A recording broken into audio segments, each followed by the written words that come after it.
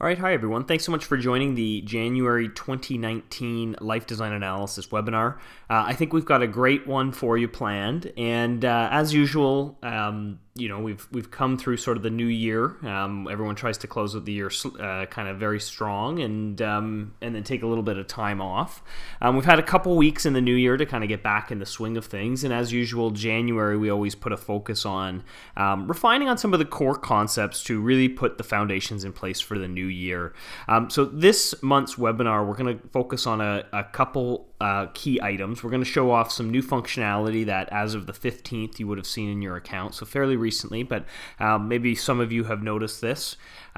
We've added custom color schemes to certain roles. So again, if you wanted to customize some of those colors, even some of the charts and things like that, we'll show you how to do that. We'll talk a little bit about how that enhances your brand and why branding is important in general, especially in the high net worth audience. We're also going to show you how to create and join groups. Now, groups is something that was added to the system to really make collaboration that much better. So collaboration in terms of, let's say, yourself and your administrator. Perhaps you work in a peer group or even a small AGA where a block of business is shared or certain clients are shared within the block of business.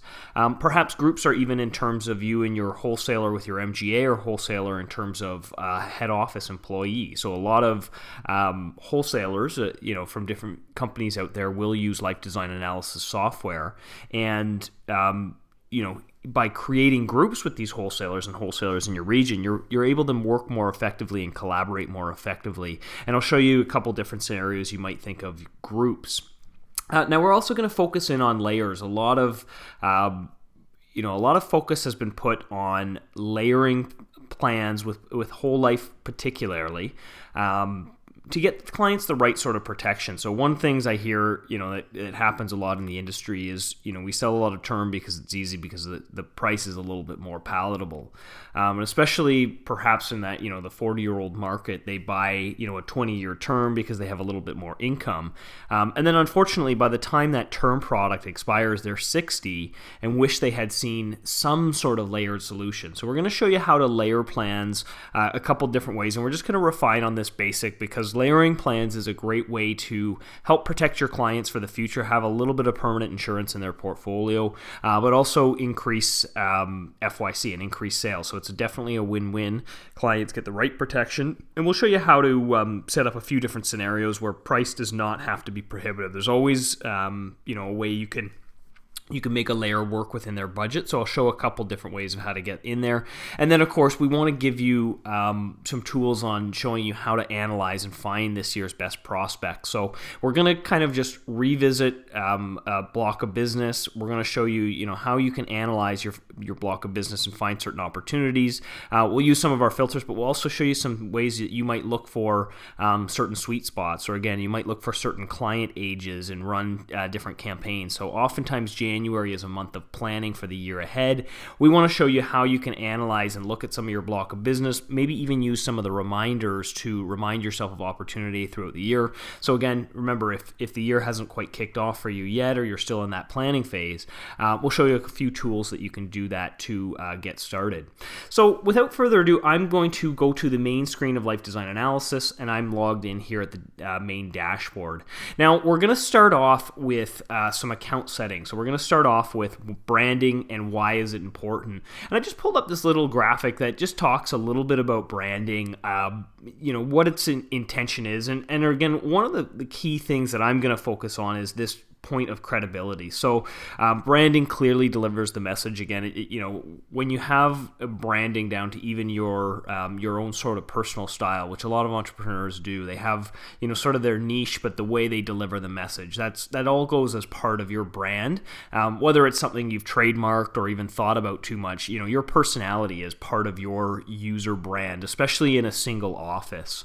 It does create loyalty. So that familiar message, if it's your branding, whether it's your logo that comes across, people get familiar with it, and it creates loyalty. They like seeing, everything from the fonts, the colors, everything that you do pick really does, connect with your prospect in some sort of way.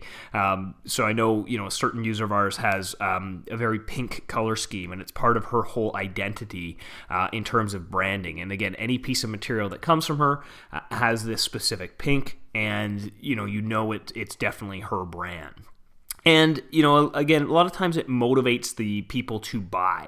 So, when people are familiar, certainly with Apple products and brands at that level, it can motivate us to feel comfortable. The big thing, though, is it confirms your credibility. So if everything matches, you've got a well-done logo, you've got a custom color scheme that, really accentuates your branding, looks really, really clean, that gives a lot to your credibility. I mean, I think a lot of insurance buyers, especially first-time buyers, will certainly check you out online. They want to see, do you have a polished professional image? Do you have credibility? And when your presentation and things like that match, it really adds to that credibility. And that's why branding is so important across the board in marketing. And we wanted to make it a little bit easier in life design analysis. So we've always had the ability to upload your logo and choose different color schemes to kind of differentiate and choose different differentiators in terms of templates as well to change the look and feel of the report. We've introduced, though, custom color schemes. So again, when you go in the color scheme, you can select custom, and that will drop you down to a custom report color scheme. And you can see here, I've got very similar LDA colors. So these are sort of the primary color that would be found on the front of the report. You can see what you can do here is, and this looks different in kind of your respective browser, but you can click on the color, and I'll just use our kind of the eyedropper tool here and just say that I want our sort of LDA main blue, and I'll select that as the color. And for color 2, again, I'm going to pick sort of a highlighted green. So you can see I've gone through, and I'm just kind of going on to the LDA green here, and I'm going to select that one. Now, we'll kind of update these names a little bit, so by the time you see these, they'll have a little bit more appropriate names in them. But even things like, we use red in the system to talk about premium accumulation. So anytime there's a cost, we really like to utilize red. Same thing with term products. So an existing term plan that has an issue date. We know it's closer to that issue date, and we want to caution our sort of consumer that, there's a little bit more to this plan. We might want to pay attention. But if you have a particular red that you're using, with your, your sort of your brand. So let's just say, for example, I use like a very cherry red here. Now you'll be able to even customize things like the chart colors on premium accumulation to even better match. And again, you'll have that sort of synergy between your, your sort of professional brand that you've gone ahead and cultivated, and then have that reinforced into everything, including, subtleties like the charts inside of LDA. So again, I'm going to go ahead and just kind of customize these colors. So I'll pick this as my red. I'll keep this as my orange. So again, when we work through different plans, but even something as simple as the green, which you'd see a lot of the times for a whole life or permanent plan, again, I can go through and customize and really make this a more vibrant green, really make it stand out more. Or again, I may want to make it, more of an accessible color, something that, I think my audience base is going to reflect with. So, be careful here, pick fairly basic colors. If we get, very similar in terms of colors for red and let's say the blue, which is often the insurance benefit, or the green, which is often the cash values. Again, remember, they do, somewhat have to complement each other. So, we've sort of put a lot of thought into color coding certain things, but again, now you can customize those hues and really make it personal and really make the branding. As usual, of course, when you are finished, you want to save and continue. Make sure you save any of those changes. And again, I'll just show, when you do go back to any sort of report, and let's just generate here a report for our sample client. Again, you're going to see some of those customizations that I made have taken into effect, right? So we've got, a little bit different branding colors that we can kind of specify based on plan 1, plan 2, any sort of cash values and things like that. We're definitely going to see the change in terms of what we've put as our branding colors. So that's how you can make a little bit more customization and why branding is important in the first place. So remember, take a look at that. It's in the account settings there. Now, as I say, the other change you're going to notice in, sort of the account settings area or the main menu where you see welcome in your name, in addition to sort of the updated color palettes there in the account settings, you're also going to see a little icon called My Groups. And groups are something that we've been asked for quite a few people within different organizations. So groups could be, as I said at the beginning, could be a group of you, your wholesaler, and an insurance company. Could be a group of perhaps a small office that shares a senior advisor's block of business. A group could be a wealth planning organization where you have an investment advisor who has the primary relationship with the client, but a wealth planner who does more of the insurance preparation on large cases, and also perhaps an admin who assists that person, or a paraplanner role within an organization. So we heard a lot of different requests from different types of organizations around how visibility and permissions and notifications could work within groups of offices who share blocks of businesses. But again, I don't want you to think, even if you're just an independent advisor, that this function is not for you, because I really do want you to think about groups in terms of all of your support network, including the MGA, who often has a life design analysis subscription. And if you're a wholesaler watching from another MGA who doesn't, again, remember, do get in touch with us. We're happy to design packages for you, but this lets you collaborate that much better with the people in your MGA. So again, could be a wholesaler from, or an insurance carrier, could be a BDM from your MGA. So I'm just going to kind of give a little bit of an introduction here. So you can see I've put, several different groups. You can join many different groups. So you may have one group with your wholesaler, who supports you from a certain carrier. But again, you may have a separate group for your offices. So do remember that you kind of have control over, what clients are shared with which groups, and some of the information of, who's the owner. But again, there are lots of opportunities for different groups. So I'm going to start from scratch and say, if you want to create a new group, so let's just do the, sort of this small AGA scenario where I'm kind of the primary block of business owner, but I have several other, I share clients amongst my advisors, and I want to sort of see the work that they're doing, but I want them to be able to generate the report and present out to the client, not as if they're me, but on their own business. So have that presented by name, with their name. But essentially, it all starts with a new group. So again, I'm going to go ahead and hit create new group up at the top right. You can see we can edit the permissions. I'm going to come back and give the group different permissions later. But again, you'll start to see, put the owner's name. So I'm just going to make myself the owner. I'll say I'm the, sort of the primary advisor. And again, I'm going to work, with a team of my admins and kind of associate junior advisors in this sort of scenario. Now, you can set a default member role. So again, if you're, let's say, a small AGA, people joining you may be an insurance advisor, but if you're looking at this from a carrier perspective and you're from a carrier level, again, everyone you invite to the system may be your BDMs, or you may call them your wholesaler. So, we've added a couple of different user roles. We can always add a different role, but, again, these are mostly namesakes because you can set the permissions for each individual role unique of that. So I'm just going to say anyone who joins my group is one of my insurance advisors because, again, I'm the owner of this AGA. And again, I just want to give this this kind of group a name. I'm also going to say auto approve. So I'm just going to call this, my AGA. And I'm just going to leave it as one word because I do have a test AGA one. And I'm going to hit save here.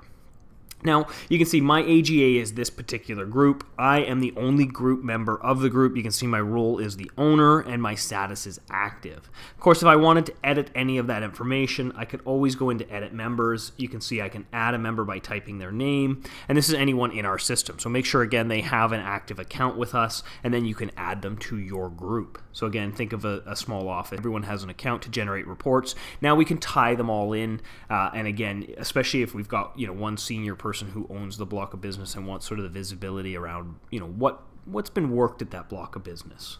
So again, I'm going to add a couple of group members here. So you can see I can either email to invite them to my group. So if you know someone you work with and you want to have that collaboration, such as a wholesaler, again, you can always email to invite them, or I can type their name in. So I'm going to go and add a few members here. I'm going to say let's add Jonathan Jarvie. and I'm going to say he is an insurance advisor, and again, I'm going to add him. And I'm also going to do the same thing. I'm going to say Nick. He's going to be in my group as well. I'm going to say Nicholas Ferguson, and again, make him an insurance advisor. Now, I could set him as different. I mean, he could be my estate planning specialist or something like that. I could give him a different role as well. So, maybe even an admin person within who doesn't need, quite as much access, but does want to be able to generate cases and things like that. Again, I could always change that user role. And again, we'll go in there and hit add. Now, you can see, I don't have all the permissions in here, but when I do go to edit group and edit permissions, you can see I can say for myself, allow everything. I can say for my admin, they don't want to get bogged down in too many things, but they do want to know, when something is sent to the client, or they want to know when the client indicates that something has been purchased. They say, you know what, don't notify me about the sold. I'm going to know that because I'm the one processing the paperwork. And again, for my insurance advisor, I'm going to say, I want you to be able to review the report data for the group. I want you to be able to see the sold notification, and I want you to see the intent to buy. So again, this will be more built out here with some more robust permissions, but again, you'll be able to control granularly each level of these user roles. And as we add more things again into the system, you'll be able to control those as well. So again, we'll just save those user roles for that person there. Now, the other neat thing is that we can now share clients with the different people in these groups. So I'll just give an example here. I'm just going to say I'm the owner here, and I'm going to share some clients. So I'm just going to see if I have a client. Let's see here. Let's just say Bob Conron here. So I'm going to share this client with the group, and I'm going to say, okay, I want I want the information. I'm still the owner of this, but I want John to have some visibility or be able to, create work and create a client that everyone inside the group, Nick can work with, or, maybe John or Nick does up the work for this client, and John's going to be the one who actually is going to go present it. But we all need access to Bob here to, any kind of cases that have been created, anything like that. And I'll just give an idea here. So, if we're just going to take a quick jump, and we're going to go into Nick's account here. So just give me 1 second here. So I'm just going to flash across here to Nick's account. You can see when I go into now my Manage Clients area here, I'm going to be able to see, different groups that I have. So we've got small AGA, and this, I'm looking for Bob Conron. And you can see here's the group name, my AGA.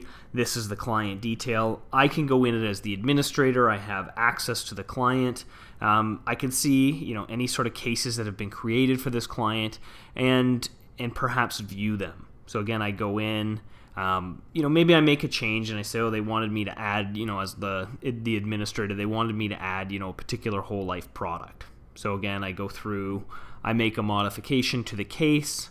I collaborate, I add in, specific product type into it. And again, I can generate the report. Again, got our report here. That's fantastic. So, again, even if I check inside my notifications, I just want to show, again, Charlie Conron has shared a client with me. As the administrator, I go, okay, perfect. I want to take this and create that report. And then again, we'll just pop back here into our primary account as the owner and just show that we could, generate the report. Or again, maybe we log in as John and, now we're able to present that case. So let's just take a look. So now again, if I look that I'm John, again, I can go into my notification. Same sort of thing. I see that I've shared a client with this particular one, so I can go in and see, I don't personally have any clients, but if I want to, that are shared, if I want to go in and see that Bob Conron, and now I'm going to go present it, I can see it's part of this My AGA group. I can go in and view the case. Here it is. And I can see it's got the new product in it. All I have to do is, of course, go in and generate the report. I show up, I have the relationship with the client. But again, at the very end, it's presented by me, and it has all of my branding in it. So again, think about in terms of how you work with wholesalers, if they're sending you illustrations and things like that and helping in the case prep. Remember, if they're using life design analysis at that MGA, you can more easily collaborate. So even things like file storage. So on these cases that we're talking about here, if they you set up a needs analysis, collect it from the client. Remember, they can drop those illustration files, spreadsheet files. They use the PDF. Again, so think about groups in terms of, small offices, but also, groups in terms of how you work with your carrier partners, how you work with your wholesaler partners at the MGAs. And again, if your MGAs are not using life design analysis, again, let them know. We're always happy to set up something with the MGA to help them collaborate better with you. And ultimately, it's about, at the end of the day, it's about you being able to better communicate with your clients to help them see the value of insurance that's right for their needs. And again, when we all do that, when we work in unison, we sell a lot more insurance and the client experience is that much better. So hopefully that makes it a lot easier to collaborate. We certainly think it will, but let us know your feedback. And again, as I say, work with groups. You can create lots of different groups, so don't feel you have to have, one group with, and you think that, I'm sharing everything. It may be certain groups, so, your wholesaler group from this company, your MGA group from this. But again, don't be hesitant to think about peer circles where, you share conceptual cases, client names removed, but just get ideas off other people. So lots of different ways to use it. And as with anything in life design analysis, this is an evolving feature, so you will see rapid change with this. But, again, this is sort of the MVP. We want you to try it out. Show us how you're going to use groups, and again, give us your feedback. If you ever have any questions, comments, don't hesitate to reach out on the feedback line there or ask us a question on our live chat. All right, so those would be some good new tools that help make collaboration, help getting these reports to clients that much easier. But let's talk about actual concepts here. Let's get into a very valuable sort of strategy around layering insurance. And I hear this all too often. I was in a meeting, back in December where the objective was to, of course, increase revenues for the following year. But everyone in this industry says that and immediately says, within reason with what's right for the customer. So, we're always looking to serve our customers better. The fact of the matter is most of our customers have some sort of need for permanent insurance. I mean, when I was introduced to this business, I was always told insurance was funding a liability at a lower cost. And even if, we think about exercising and taking on a little bit more debt, for investments and things like that, or being able to spend our retirement money and not have to worry about saving so much, will we have enough to pay estate taxes and that sort of thing. Having a piece of insurance in there designed to solve that need is always a really effective piece. But at the same time, we also don't want our clients to be overinsured or insurance broke. And some, quite honestly, have cash flow issues, and we're quite sensitive towards creating another liability for them. So layered plans are often the solution to this problem. And what I'm going to do is I'm going to create a new case. And let me just see here. I think I have a client called Phil Mickelson. Let me just pull Phil up here. Now, Phil is a 40-year-old male, non-smoker. And I'm going to work with a couple different layered examples to get Phil the coverage Phil needs. Now, Phil Mickelson, the real golfer, certainly could afford whole life, but, we're going to pretend, Phil at different income levels has different needs. So now the first one, again, we can go with Phil's sort of income right now. We can go for a plan that has, full paid up additions. So I'm just going to launch my Equitable Sales Illustrator here, and let's go with $1 million and just say that's, kind of our total need for insurance. And again, there's lots of different ways to do this. One of my favorite ways is I'm just going to say, the trifactor. So I like to split things into thirds. And this one might be, again, feel free to play with this different base, but I'm going to use full paid up additions on this. And we're going to say, Phil, this is kind of at the upper echelon of, they still need a layered plan because cash value or cash flow is perhaps an issue. We don't want too huge a premium, but we want to get them $1 million of coverage that changes with their life needs. So you can see I've designed this one as a 20 pay. I'm also going to put some riders in this. So one of the riders I'm going to do here is going to be, again, another third. So again, working with $1 million, I'm going to get as close as possible. So I'm going to put $333,333. And again, because our client's 40, I'm going to design this to age 50. Now I'm also going to put another rider for a T20 on there, 333, 333, and I'm going to put this to age 60. So what I don't want happening is I don't want those term premiums renewing at the guaranteed renewal points. The premium spiking and us having still the insurance in place at a huge cost. The great thing about this sort of strategy, though, is, in 10 years, if Phil's 40, by the time he's 50, he may have kids out of school, or perhaps one kid out of school, one kid married, that sort of thing. And his outlay may be decreasing. So some of his liabilities, things like his house, he may have less of a risk of his house mortgage if something were to happen to him, because he's had 10 years to pay it down.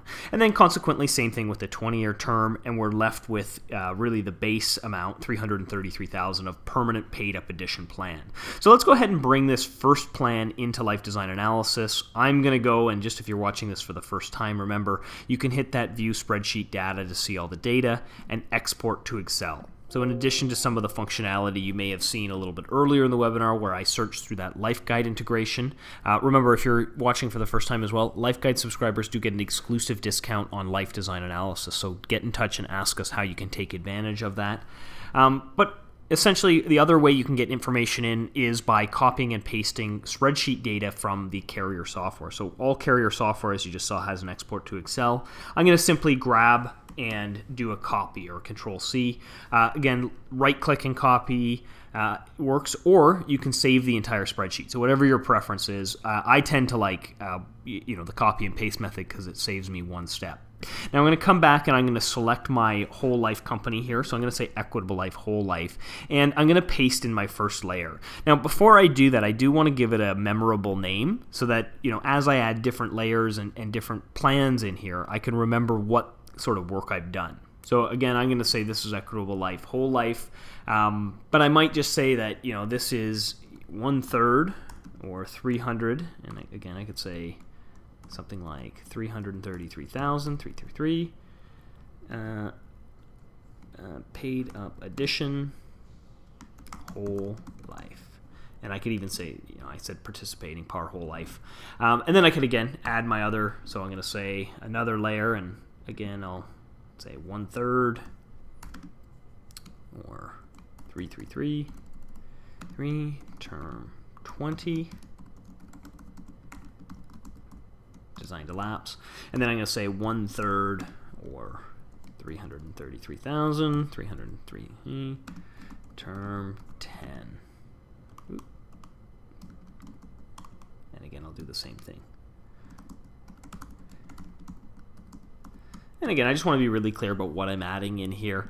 I can save that information, and whatever I save it as, the title and everything like that will also update. So again, I might want to save this as my gold option. So sometimes I like this as a gold, silver, bronze strategy, because again, it takes our focus off of product name and some of those abstract things, and just gets us kind of focused on 3 different deposit levels, or in this case, 3 different layering levels. So this strategy also works with that. And this is going to be our gold strategy, our most expensive one.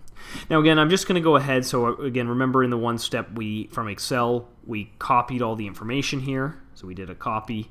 We came back to LDA, and in this case, we're choosing to paste the spreadsheet in. If you had saved the file, you would import the whole spreadsheet. We'll paste it in there. Don't worry, it looks a little bit jumbled. We sort out, we do a little bit of magic behind the scenes. You just simply say upload, and as you can see, it's been done successfully. And again, this is going to be a great little plan. What we'll actually do is I'll take a peek in here at this layered plan, and we can see, a little bit about what we've created here. So again, we should have this kind of years 1 to 10. That's our highest premium. The term 10 drops off, so years 11 to 20, we have a slightly lower premium. We've also lost the coverage there. And then at year 20, actually, the term 20 drops off, but because we also designed a 20 pay, we're done at age 60. And again, that's important for a lot of people's retirement plans. Thinking about designing a plan where you stop paying for your insurance, but you do keep some of your insurance.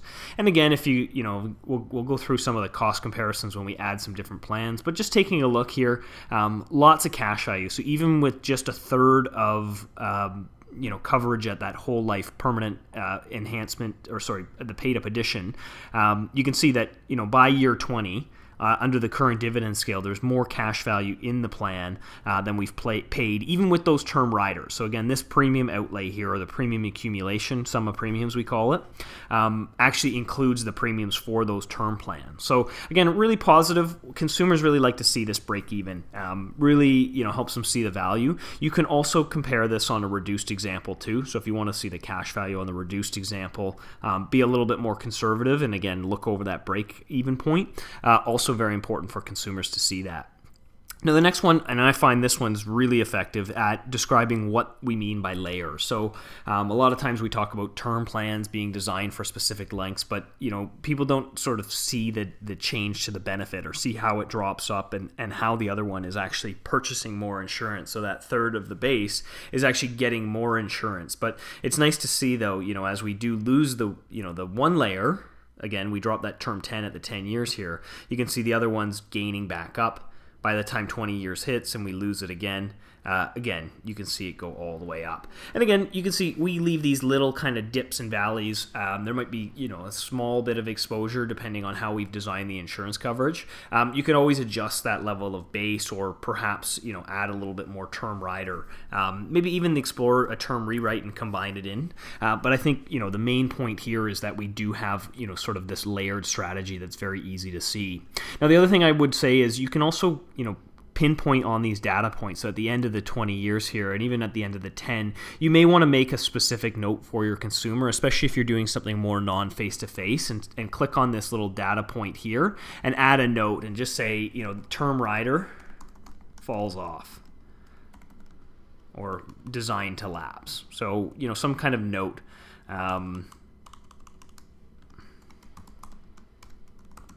So I'll just put term rider lapse. And then you could even put, ask me for details, or something, where you're saying, call to action. Maybe it's even a link. So any kind of link that you want to add in there, you could put, and it might even be a supplemental description to types of insurance, about term products and what a lapse mean, or even, some sort of kind of info, Investopedia kind of glossary of terms for anything that you want to sort of describe. Remember, you can link in those areas, but it's nice to kind of call out and say term rider lapse. That's why the insurance benefit sort of drops down. So feel free to use those sort of those tool tips in there. And again, you can see all the other charts have taken that formula. Now, this is one way to layer, and this is, as I said, this is kind of our gold strategy. The other thing we might want to do is say, look, we still want the $1 million of insurance, but we need it to be a little bit more cost friendly. So what we're going to do is I'm actually going to go back here into Equitable's illustration platform. I'll get rid of our previous spreadsheet because, again, we don't need it. It's already been imported into LDA. You can get in the habit of saving these and attaching them to the case if you think you're going to use them in the future, but not necessary after you've imported it. All of that information's in there. Now, I am going to keep most of everything the same here. So again, 40-year-old male, 333 with the 2 riders for the same amount. So we've got our term riders here, just so everyone can see them here, term 10 and term 20 rider, both for the exact same amount. So we've got it in perfect thirds here. The only thing, though, that I am going to change is instead of paid up additions, I'm going to use the enhanced protection for my whole life. So what I'm actually going to do is effectively reduce that premium. So again, if we're, let's say we present the gold option, but we're worried it's going to be a little bit too much. In essence, we're making sort of a silver option here by using the enhanced protection as our, instead of paid up additions, as our kind of cost saving. So we're still going to use the T10 and T20 rider. This time we're just going to turn on that enhancement. Most people I know use the life enhancement, but you can play around with these. Ask your wholesaler from Equitable if you want more information on that sort of stuff. But again, you can see, very similar plan, similar steps. I'm going to view data and I'm going to export it to Excel. It always gives me that pop-up message. I get the whole sheet. I'm going to use my handy, this little tab here in between A and 1 is select everything. And then I'm just going to use the keyboard shortcut to copy. I'm going to come back to life design analysis, and we're going to repeat that same step. So again, adding a whole life. In this case, it's Equitable. I add it to the case, and in this case, I'm just going to call this my silver option. So I'll call this silver. And again, I'd probably go through and I'd do the, the same third. For brevity, I'm just going to do this.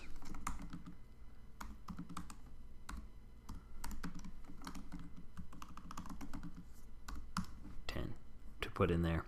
And again, I'll just save that. And this just keeps me organized. Then I know, if you change it before you put the data in there, you know it's already changed, and you kind of keep track of it a little bit better. So again, same sort of jumble of numbers, and I'll just upload that there. And again, you can see it's been imported successfully. So now we've got 2 plans. And then I do want to add a third plan for layers. I can design it in the carrier software, but because I'm going to use a minimum funded option of that same sort of 333 with my term riders, I don't have to go to a spreadsheet. I can use that life guide integration. And what I'm going to do is I'm going to select plus layered plan. And when I do, I get taken to, a total insurance benefit here that we see. I'm going to start by adding my first layer. So I'm going to say add first layer. And again, in this, I'm just going to say, I need a company with both term 10 and 20. It shouldn't be too hard. I'm going to go with Canada Life here as an example. And I'm just going to say the first layer, 333, 333. And I'll get my universal life here. So I'm going to say universal life, T100. And then again, I'm going to add another layer. Now, to keep this fairly consistent, again, if I was actually to sell this, I would want them all to be with one company. So I put in my next layer, also going to be Canada Life, just keep this simple here. This time I'm going to say it is going to be a term product, and the term length I will do is 20. And then again, I'm going to say I'm going to add my third layer. And you can do this up to 4 different layers. We find it's a little too long after that. And, it becomes actually pretty difficult to sell it when you start adding too many layers. Though I've seen some products that can have, I think RBC's term product can have up to 99 layers. So that's something where you might want to design it in the carrier software. So again, I'm just going through Canada Life 333. This is again going to be term and term 10. Now, even though I'm doing, a UL and term riders, remember you can layer lots of different products, including things like even if you're looking to illustrate CI and life just as a combined premium, you could do that, or any other sort of layers. It might even be just term 10, 20, 30 as its own kind of layer design for someone with a mortgage. So feel free to get creative. The one thing with layers that it will assume, when you do add term products, is that you want those term lengths to lapse. You always have the option to change that after, but we make the assumption you're going to lapse them because most people, when they're layering, they're letting term riders fall off at those guaranteed renewal periods. Now, once you've got all your sort of layers in place, all you want to do is click Add to Case. And when you do this, again, we go out through that fantastic partnership with LifeGuide. We bring in the different data points and help you illustrate them. So again, this is going to be a layered strategy with a little bit of universal life for 1/3, a little bit of term 20, and a little bit of term 10. Now you'll see we do add all the plans in there that are the kind of the underlying data for the pricing, so that you can see individually what each layer costs. Hopefully you can also see that we automatically hide them from the report, so that we have the combined and sum plan. And again, just like the other ones where we did gold and silver, we might change this one's name and just click Edit Plan and just say, and again, I might even just take that and put it into the description, and then I'm just going to say bronze. So I'll make a bronze strategy there, and that'll kind of be my lowest cost scenario out there. Now again, I'm just going to kind of reorder these a little bit. I want to move my bronze down a little bit, just so it's third in the report there. So I'm just going to move it down the line. Bronze. Okay, perfect. So now I've got my gold, silver, bronze all in a line, and I can generate my report. And again, this is a great sort of strategy. It uses multiple suitable, acceptable options. Again, all 3 of these products or designs actually solve the problem of the $1 million of insurance. All of them do it in a slightly different way. So, years 1 to 10, 1 to 20, 1 to 10, 1 to 20. So again, slightly different premium, very similar strategy. Again, after 10 years, our costs reduced. We're done paying for it at age 60. Our bronze strategy, again, not quite as good. It's definitely more affordable, so it might be perceived better in that sort of tense. You can see it's, the most expensive. It gets less expensive when that term 20 rider falls off. And then, we've got the majority of the cost really in that universal life. And again, that's something that's going to go on for lifetime. So these 20 pays may be perceived as a better strategy because of cash flow and things like that, especially if it is based around a retirement goal. But again, all three solve a certain need. They're all at different price points. So again, it gives us options which we like and helps us refine. Now, the silver, sometimes this asymmetrical dominance sort of effect where, the silver actually looks like the best option because, again, it's the least expensive. It has that same solve, and again, maybe we're being pushed into this silver option because the gold is so expensive. So even if your clients may not take, sort of the Rolls Royce, it doesn't mean you don't necessarily have to show it, because a lot of the time it can make, sort of the option that you feel is really good for them anyway look that much better. And I think, again, that in theory is called asymmetrical dominance, where, you have a good option, make that middle of the road option look that much more attractive. But again, we see that it doesn't quite have that high price tag. It's going to have that $1 million of insurance.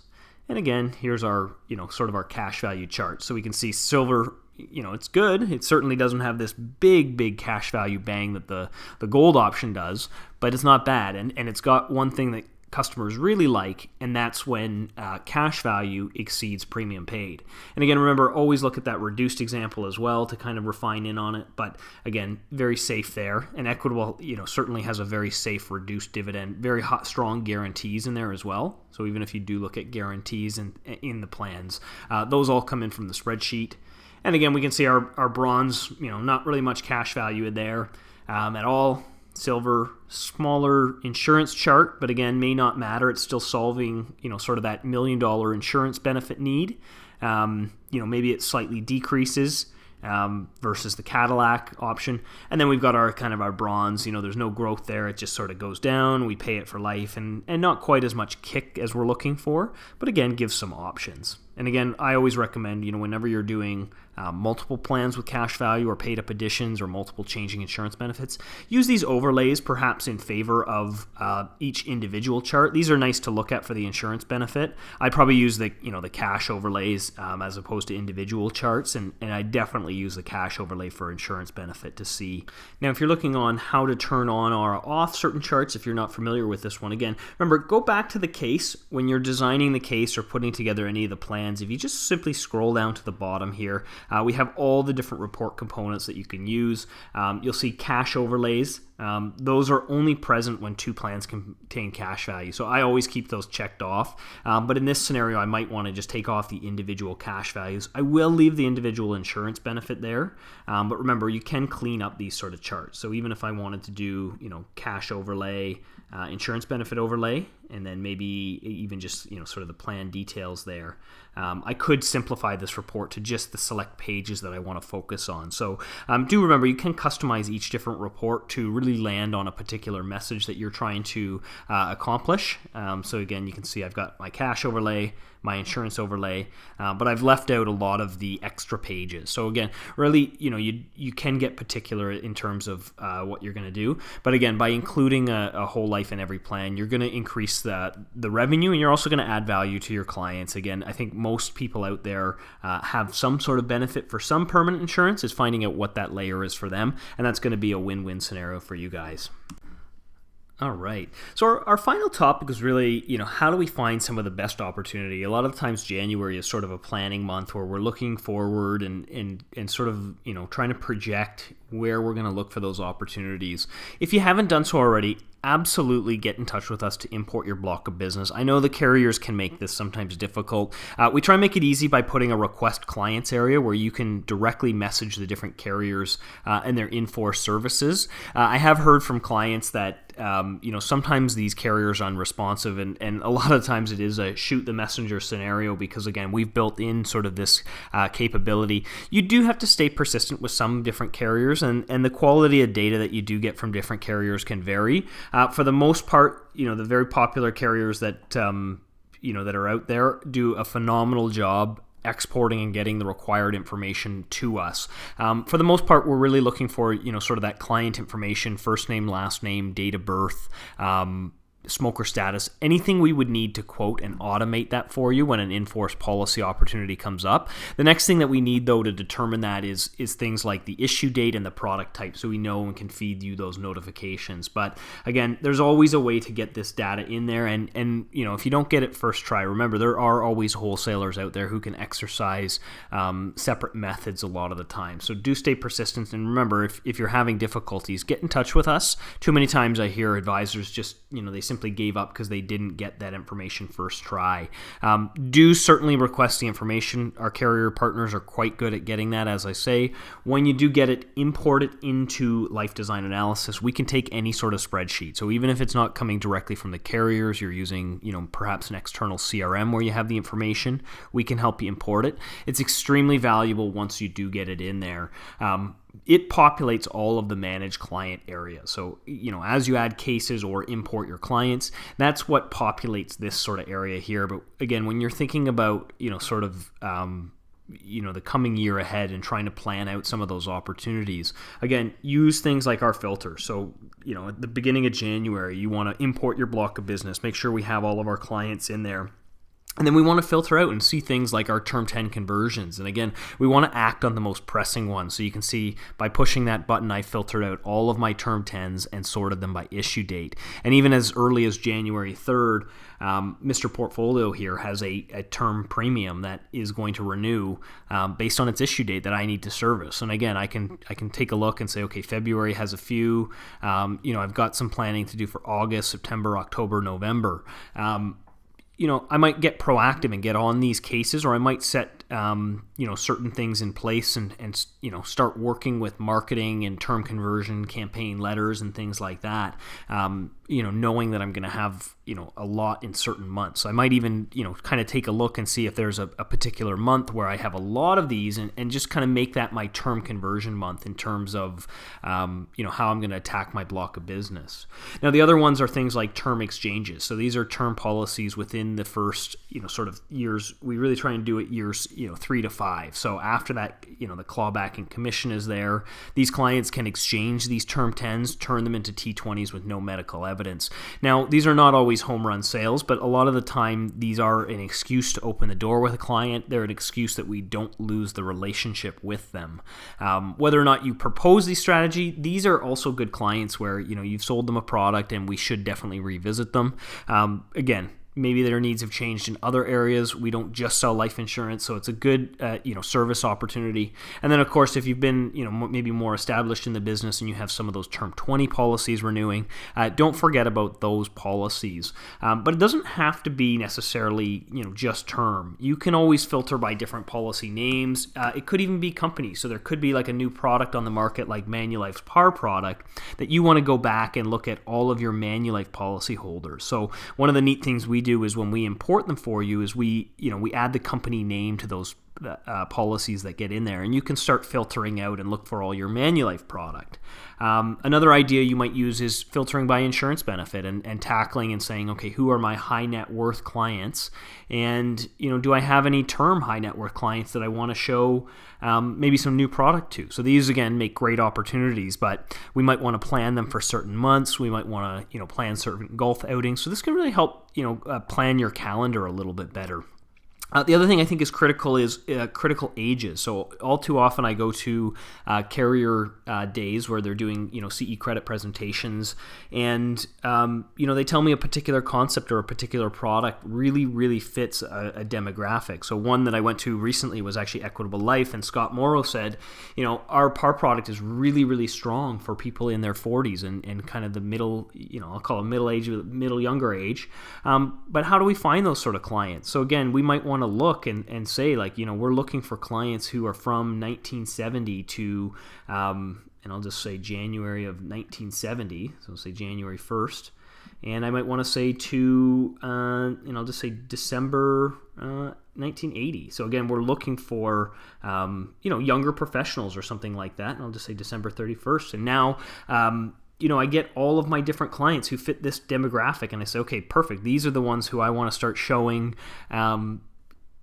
some of that whole life too, because they fit a particular sweet spot. Or perhaps I'm designing a marketing piece that really appeals to this sort of demographic. I can split these sort of people out and plan them into some kind of campaign where, again, maybe I'm saying everyone in their 40s is at that critical stage for the transition of term to permanent, and I want to go through and I want to start creating a needs analysis campaign so I can see everyone who I've done a needs analysis for. And maybe, again, this is going to be my list where I'm going to say, okay, I've got all these target customers. I'm going to go through until each person that I've done has a needs analysis, and I'm going to use as an excuse to open the door. So I could take... it looks like Lila here. I could go in, I could see, they have an existing Sun Life policy for $2 million. I haven't done any sort of work with this client here, so to say. So again, I may want to make a new case for this client and start off by sharing a needs analysis and say, everyone who fits this particular age range, I'm going to share the needs analysis link and use that as an excuse to open the door. So remember, lots of different ways within your block of business and within your managed client that you can use to filter the best opportunity. And remember, if you find something that, like maybe Wayne, you say, oh, perfect, Wayne has always wanted to go golfing with me at the club, but it's January, I want to make sure I remember this.